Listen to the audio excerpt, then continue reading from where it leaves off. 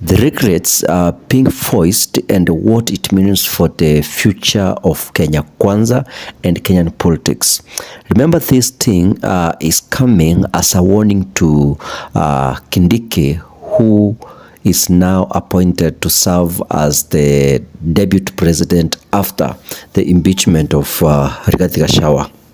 And for Kindiki to be safe, he needs to be careful with what people are talking about against the president and things he needs to be cautious about.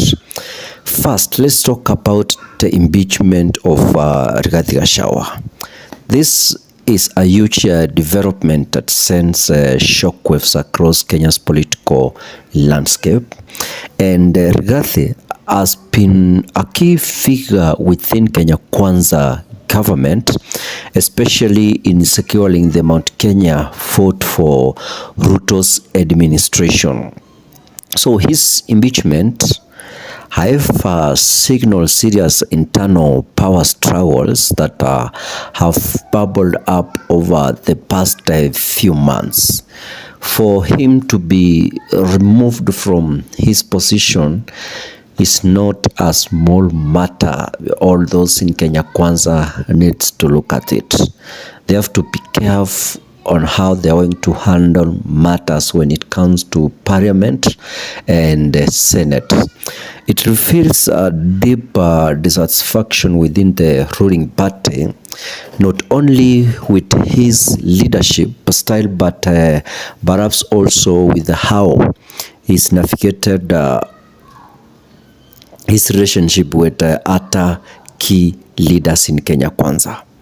So this impeachment also marks the end of his once power of influence as the deputy president, something that will likely to shape our country's politics heading the next election, 2027.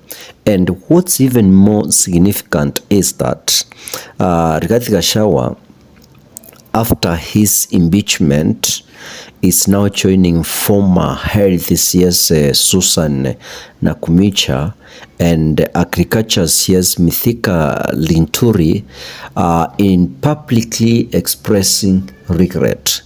Rigathi did it yesterday, Nakumicha has done it before, and yesterday Mithika Linturi did the same. So these leaders had high hopes when they threw their weight behind President Ruto in the 2022 elections. So they were expecting to secure long-term influence and power in Kenya Kwanzaa government. However, things have not gone as they had planned. And now they're coming out openly, voicing their disappointment in this government. Susan Nakumicha, who was removed from her role as head CS a few months ago, has been particularly vocal about the frustrations of being sidelined in this government.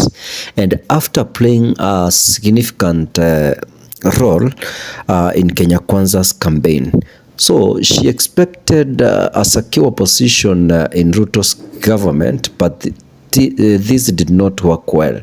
Like Rigathi, she now regrets that no formal agreements such as a memorandum of understanding were put in place to guarantee their political futures. Without an MOU, these leaders find themselves abandoned, and after being instrumental in the government's formation. So a major point of regret for both Rigathi and Nakumicha, as well as Mithika Linturi, is the lack of a formal MOU that could have solidified their influence in this government. In Kenyan politics, MOUs are crucial for securing positions and protecting one's political interests. Without such an agreement in the coalition, the promises made during the campaign are often not honored once power is secured. And that's why you can see Musalia Mudavadi is very comfortable in this government, because they had signed an agreement in this government. But you can see those who believed in William Ruto, they are right now complaining, and they'll never see any position in this government. So these leaders now realize that they were left vulnerable by relying on informal agreements and campaign promises.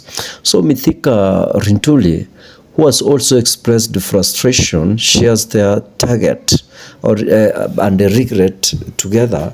And these leaders highlighting a significant flaw in how Kenya Kwanza's internal agreements were handled, leading to their current sidelining.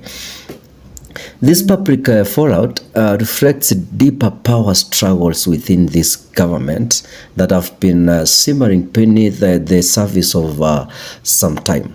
So regarding this impeachment, coupled with nakumicha and linturis frustration, suggests that there are serious divisions within the coalition. These divisions are rooted in broken promises, unfulfilled expectations, and realization that political agreements were not formalized when they should have been.